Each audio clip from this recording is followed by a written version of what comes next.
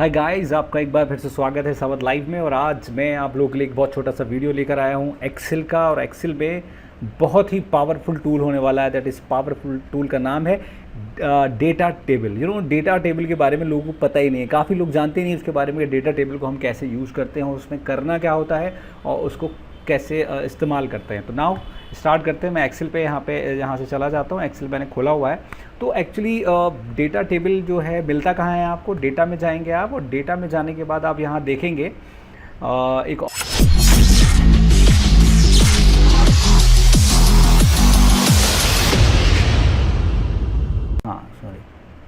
हाँ, तो data table आप लोगों को यहाँ पे मिलता है। आप देख सकते हैं यहाँ पे डेटा टेबल लिखा है।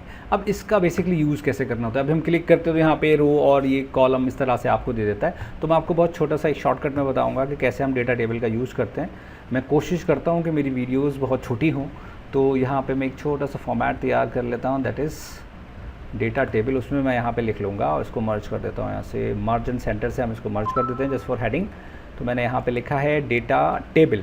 और डेटा टेबल लिखने के बाद ये थोड़ा सा इसको कैपिटल में कर लेता हूँ, थोड़ा ऑड लगता है एक्चुअली, इसलिए डेटा टेबल मैंने यहाँ पे लिख लिया है। It's data table.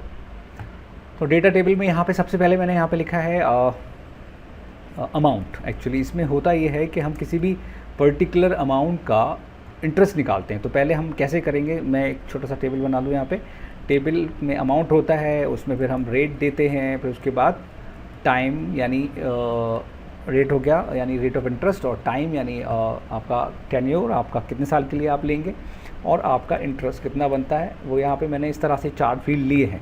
4 फील्ड में सबसे पहले मैंने यहाँ पे लिखा है कि भाई मैंने 60,000 रुपये लिए थे और रेट जो था उसका 5.3 था, और टाइम मैंने 9 ईयर्स के लिए लिया है, ये ईयरली निकलता है। तो यहाँ पे हमने कैलकुलेशन करनी, एक सिंपल फार्मूला जो हम लोग बचपन में पढ़ते आ रहे हैं, बचपन से सुनते आ रहे हैं, amount into rate into time upon 100। तो लाइक मैं यहाँ पे एक फार्मूला लगा देता हूँ, लाइक A3 इंटू देखते जाइए गाइस, मेरा वीडियो कंटिन्यू देखिएगा क्योंकि फिर आप मिस कर देंगे तो गड़बड़ हो जाएगी। A2 into B3, A3 into B3 into C3 और अपॉन 100। एक सिंपल सा एक फार्मूला जो हम लोग बचपन से पढ़ रहे हैं। तो यहाँ पे आप देख रहे हैं ये इंटरेस्ट तो उसका निकल गया कि 9 ईयर्स के लिए इसका इंटरेस्ट कितना जाएगा। लेकिन गाइस क्या है कि ये हो गया एक सिंपल सिर्फ 60,000 का।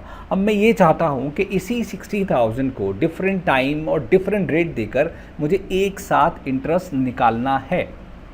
60,000 का मुझे, दोबारा से सुन लें कि 60,000 का मुझे इंटरेस्ट निकालना है, बट डिफरेंट रेट और डिफरेंट टाइम के लिए।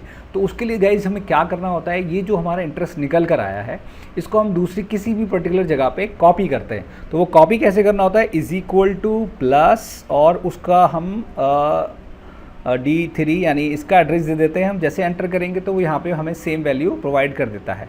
उसके बाद गाइज करना क्या होता है, अब क्योंकि मुझे डिफरेंट रेट के लिए चाहिए तो मैं 5.3 तो ऑलरेडी निकाल चुका हूँ मैंने।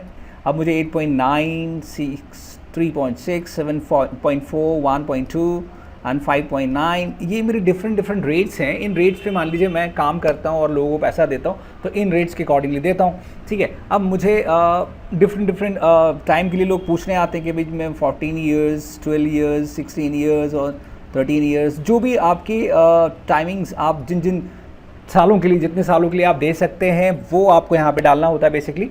उसके बाद आपको अपना डेटा टेबल, जो कि बहुत ही पावरफुल टूल है, एक क्लिक में वो आपको बता देता है।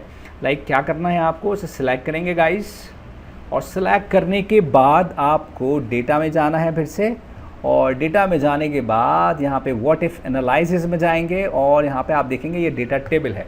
और डेटा टेबल में 2 चीज़ें वो आपसे पूछता है, रो इनपुट सेल और कॉलम इनपुट सेल। तो आपको करना क्या है, रो इनपुट सेल, यहाँ पे इन दोनों में से कोई भी एक चीज़ इसमें चूज़ कर लेंगे। फिर वंस अगेन इस पर क्लिक करेंगे इस बॉक्स में, यानी कॉलम इनपुट सेल। फिर हम यहाँ टाइम ले लेंगे, पहले में रेट ले लिया, दूसरे में टाइम, या दूसरे में टाइम, पहले कुछ भी ले सकते हैं। ऐसा कुछ हार्ड एंड फास्ट टूल नहीं है कि पहले में या दूसरे में क्या लेना है। ठीक है गाइज, तो आपको उसके बाद यहाँ ओके करना है। ओके करेंगे तो आप यहाँ देखें आपका ऑटोमेटिकली पूरी वैल्यू यहाँ पे फिल हो गई। एक टेबल यहाँ पे बन गई है डेटा की, जो कि आपको इंटरेस्ट बताती है, डिफरेंट रेट और डिफरेंट टाइम के हिसाब से वो आपको बता रहा है कि 14 ईयर्स के लिए 8.9 के अकॉर्डिंगली जो इंटरेस्ट बनेगा बंदे का इतना बनेगा, और 12 ईयर्स के लिए इतना, 16, 13 and 18 and like so on. इस तरह से हम यहाँ पे एक पर्टिकुलर अमाउंट का डिफरेंट टाइम और डिफरेंट डेट देके इंटरेस्ट निकाल सकते हैं। गाइस अगर आपको कंफर्म करना है या चेंज करना है वैल्यूज़ को, आपको पता करना है भाई मुझे 1 लाख के बारे में पता करना है, 10,000 के बारे में, जो भी आप वैल्यू चेंज करेंगे ऑटोमेटिकली यहाँ पे सारी वैल्यूज़ आप देख सकते हैं चेंज हो गई हैं। ठीक है गाइस, देखिए 1 सेकेंड मैंने कहा भाई मुझे 20,000 का बता दो, तो जैसे मैं एंटर करूँगा 20,000 लिखने के बाद तो आप यहाँ पे देखेंगे ऑटोमेटिकली वैल्यूज़ यहाँ पे चेंज हो जाएंगे आपके टाइम और आपके डिफरेंट रेट्स के according.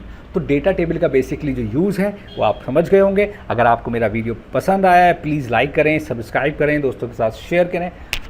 God be with you, thank you very much.